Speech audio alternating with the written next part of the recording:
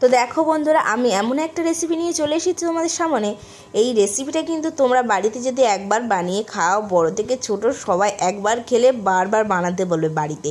তো চলো বন্ধুরা, নমস্কার বন্ধুরা, আমি অর্পিতা। আমি একটা নতুন রেসিপি নিয়ে চলে এলাম তোমাদের সামনে। শীতের শুরুতেই একদম টাটকা টাটকা সবজি দিয়েই তোমাদের এমন একটা রেসিপি আমি বানিয়ে দেবো আজকে, যেটা তোমরা কিন্তু সবাই একবার বাড়িতে যদি বানাও বারবার বানাতে ইচ্ছা করবে। আর তোমরা কিন্তু অবশ্যই কিন্তু পুরো ভিডিওটা দেখো, কেউ স্কিপ করো না। আর তোমরা কিন্তু অবশ্যই সাবস্ক্রাইব করো। তোমরা সাবস্ক্রাইব করলে আমার মোটিভেশন বাড়বে আর ভিডিও করতে আরও ভালো লাগবে। তো চলো বন্ধুরা, ভিডিওটা শুরু করি। এই দেখো, আমার যা যা সবজি লাগবে সেই সবজিগুলো সব আমি কেটে নেব। দেখো আমার কিন্তু কাটা হয়ে গেছে, কেটে নিয়েছি। এবার প্রথমে কড়াটা আমি বসিয়ে দিয়েছি, তেলও গরম হয়ে গিয়েছে। এতে আমি প্রথমে দিয়ে দেবো শিম। শিমগুলোকে প্রথমে আমি ভেজে নেব, হালকা হালকা একটু ভেজে নেব আমি শিমটাকে। দেখো আমার শিম ভাজা হয়ে গিয়েছে, এবার এটাকে আমি তুলে নেব। এবার আমি ওই কড়াতেই আলু দিয়ে দেবো। চল বন্ধুরা, আমি প্রথমে আলুটা তখন ভেজে সব সবজি ভেজে নিই। দেখো আমার কিন্তু সব সবজি ভাজা হয়ে গিয়েছে। এবার আমরা কড়াতে কি ফোড়ন দেবো, কী কী মশলা দেবো সেগুলো তোমাদের দেখাই। প্রথমে কড়াতে রিফাইন তেল দেবো এবং তেলটা গরম হয়ে গেলে তাতে দিয়ে দেবো হাফ চামচ মতন, চা চামচে হাফ চামচ দিয়ে দেবো পাঁচ ফোড়ন এবং দিয়ে দেবো দুটো শুকনো লঙ্কা, একটা দু টুকরো করে দেবো আর একটা গোটা দিয়ে দেবো। আর তোমরা যদি মনে করো গুঁড়ো লঙ্কা ব্যবহার করতে পারো।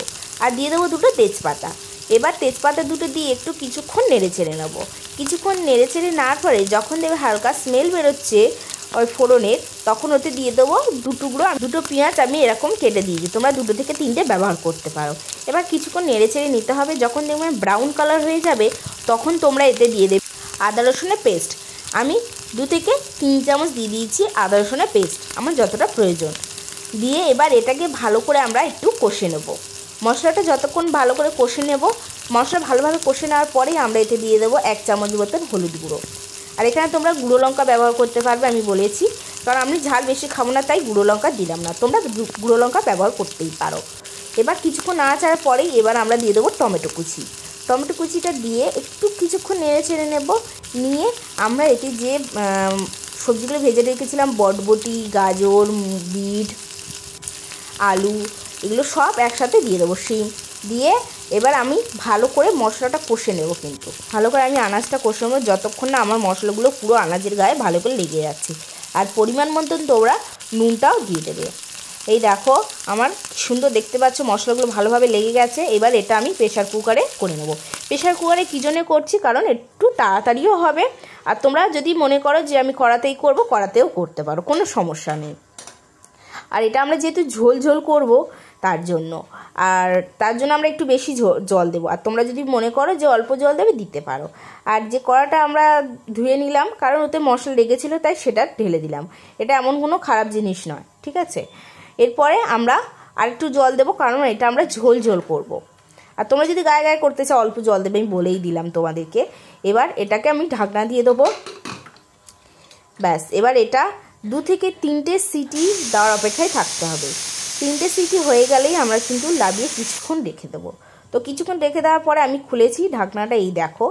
আবার এর কিন্তু কাজ এখনও অনেক বাকি, ঠিক আছে। এবার কড়াতে আবার ঢেলে দিলাম আমরা। ঢেলে দিয়ে এবার এটা কিছুক্ষণ আমি ফোটাবো। কিছুক্ষণ ফোটানোর পর এতে স্বাদ অনুযায়ী একটু চিনি দিয়ে দেবো, ঠিক আছে। চিনি দিয়ে দেবো, দিয়ে একটু কিছুক্ষণ নেড়ে চেড়ে নেব। কিছুক্ষণ নেড়ে চেড়ে নেওয়ার পর এতে আবার একটু গরম মশলা দিয়ে দেবো।